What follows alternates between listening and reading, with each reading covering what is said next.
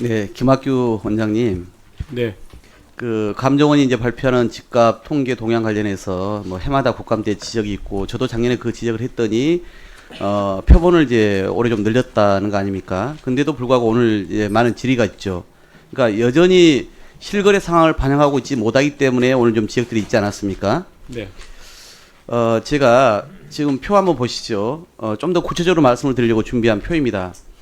올해 그 서울 아파트 실거래 가격을 올해 이제 그 분석을 해본 겁니다. 근데 이걸 보시는 것처럼 올해가 아니라 작년 3월부터 이제 올해 6월까지인데요.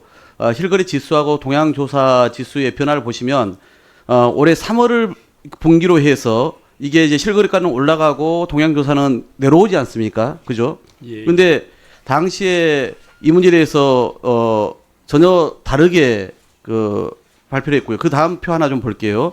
이거 보십시오. 그 다음에 이제 6월 그 이후입니다. 그러니까 최신 자료까지 제가 좀 봤는데, 올해 이제 그 아까 말씀드린 그 3월부터 6월까지는 상승세였다가 6월 이후에는 하락세라고, 하락세로 전환을 했는데, 감정은 어떻게 발표를 했냐면, 6월까지는 하락으로 발표를 했다가, 그 이후에는 상승하는 것으로, 이게 정반대의 결과가 나오는 거예요. 이런 게 있을 때 시장에 어떤 영향을 미치는지는 잘 알고 있지 않습니까? 네네. 물론 두 데이터가 목적이나 표본이 다르다고 아까도 그렇게 말씀을 하셨어요. 그런데 이 시세정부가 이제 결국은 투자 수요를 부추겨서 가격의 급상승을 부추길 수 있다는 게 작년 7월 이상 과열 경험 통해서 우리는 충분히 확인을 한 바가 있습니다. 그래서 시장이 과열인지 침체인지 가격이 오르는지 내리는지 이런 동향을 전혀 다르게 보여주면 정부가 정책의 방향 또 정책의 시점 이런 걸 정할 때 잘못된 처방을 남발할 수 있는 거 아니겠어요? 그렇기 때문에 너무나 중요한 문제라는 겁니다. 여기에 대해서 보다 근본적인 개선 방안을 만들 필요가 있다고 보는데 어떻게 생각하세요? 의원 말씀 참작해서 국토부와 같이 협의해서 정치하게 하도록 하겠습니다. 네. 올해 공시가격의 전국 아파트 평균 시세 반영률 앞에서 68.1%라고 이제 지적한 바가 있습니다. 그런데 이 시세 반영률이 참 들쭉날쭉이에요. 이것도 제가 한번 조사를 해봤습니다. 동일 권역의 동일한 면적인 유사 조건의 아파트 공시가격 사례를 이제 그 한국감정원의 시세하고 이렇게 비교를 좀 해본 겁니다. 그랬더니 격차가 큽니다. 이 사례를 한번 봐보시죠. 두 아파트는 같은 동네에 자리한 동일 면적의 아파트인데요. 그런데 시세 반영률 격차가 하한 기준으로 16%포인트, 상한 기준 17.44%포인트를 보입니다. 또 사례 두 번째도 마찬가지로 사례 세 번째도 격차가 이렇게 큽니다. 그리고 또 아예 한 아파트, 다른 아파트가 아니라 한 아파트 안에서도 평형별로 시세 반영률 격차를 봤더니 이것도 크게 나타납니다. 예, 다음 표일 텐데요. 그래서 그런 것처럼 저는 같은 동네에서도 또 같은 아파트에서도 이렇게 시세 반영률의 격차가 크게 나는 상황을 제대로 설명할 수가 지금 없는 거 아닙니까? 이 제도 가지고는. 그래서 이의제기가 그만큼 많아지는 것이고, 아까 앞서 이 신청 건수 가지고 얘기가 있었습니다만 조정 건수는 최저를 기록했을지라도 연관 세대의 정정 건수를 포함했더니 이게 조정 건수 대비 연관 세대 정정 건수가 37.5배입니다.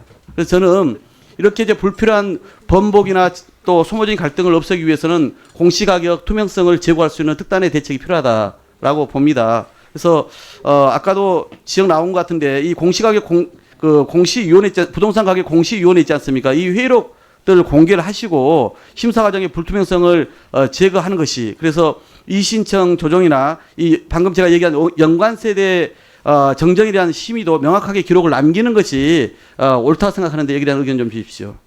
의원님 말씀에 공감하고요. 그런 방안들을 저희들이 더 정치하게 만들 수 있도록 국토부와 끊임없이 협의를 해서 신뢰성을 회복하도록 그렇게 하겠습니다. 네. 허그 사장님. 네.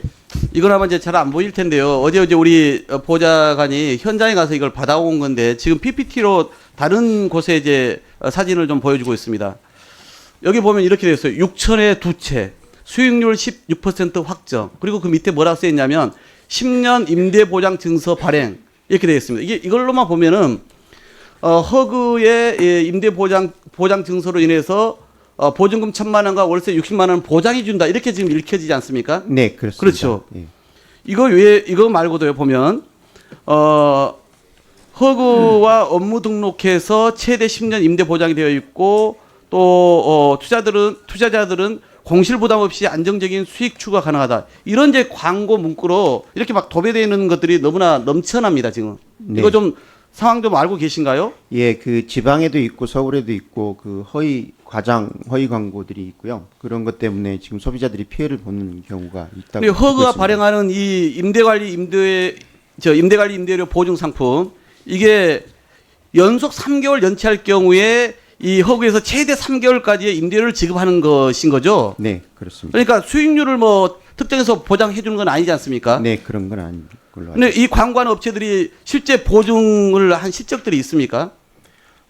실제로 그런 건 없고요. 그 허위 과장 광고에 대해서는 저희들이 자체적으로 제가 확인해 봤더니요. 작년과 올해 네. 임대관리 임대료 이 보증 그 가입 실적이요. 딱 한 건입니다. 이 수다한 광고를 다 하고 있음에도 불구하고 실제로는 딱 한 건이에요.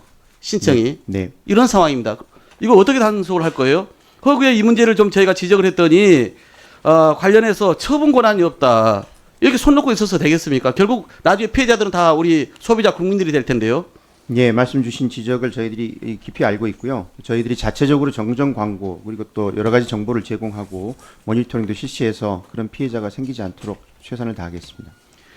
이 공정위에 신고한 이후에도요 후속적으로 이게 어디까지 조치가 되는지 이거 꼼꼼하게 확인을 하셔야 됩니다. 네, 그리고 그렇게 공정위 하겠습니다. 처분이 미진하면 말씀하신 것처럼 허그가 자체적인 정정 공고라도 해서 정확한 정보를 줘야지 우리 소비자의 피해를 막을 수 있다는 것을 명심하시기 바랍니다. 네, 그렇게 하겠습니다. 김학규 원장님 하나 더 여쭤보겠습니다. 자기 돈 한 푼 없이 다주택자가 되는 법 아세요? 갭 투자라고 알고 있습니다. 네. 네. 최근 강서에서 그 전세보증금 잠적 사건 이 경우가 딱 그런 거예요. 이 빌라의 특성을 이용한 겁니다. 왜냐하면 아파트에 비해서 시세 파악이 안 돼요, 빌라는. 그러니까 건축주는 실제 매매 가격보다 빌라를 높게 가격을 정해서 분양 대행사에 맡기고요. 이 분양 대행사는 명의 대여자를 구합니다. 그래서 그 집주인으로 등록을 해놓고 공인중개사는 이것보다 더 높은 가격으로 전월세 계약 거래를 하는 거예요. 그렇게 해서 차액을 명의 대여자하고 공인중개사가 나눠 갖게 되는 이 구조이거든요. 그러니까 이건 결국 뭐 어디서 문제가 시작되냐? 빌라의 특성, 즉 시세를 알 수가 없다. 이거 아니겠습니까? 네. 근데 제가 관련해서 봤더니 그동안 감정원마저도 공인중개사가 제시하는 가격 정보에 거의 의지를 하고 있어요. 그리고 그동안 해왔던 거 보니까 이 시세 이 프로그램 아시잖아요. 네네. 이것도 이제 10월이면 끝난다며요. 예. 마이크 누르십시오.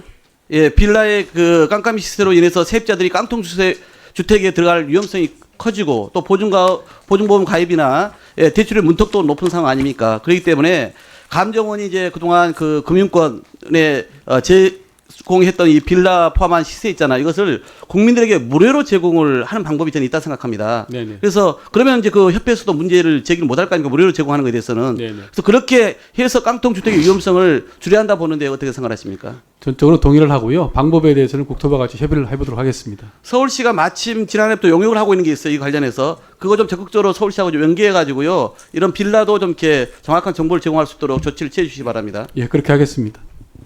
네, 박홍근 의원님 수고하셨습니다. 다음은 네, 존경하는 박덕흠 의원님 질의해 주시기 바랍니다.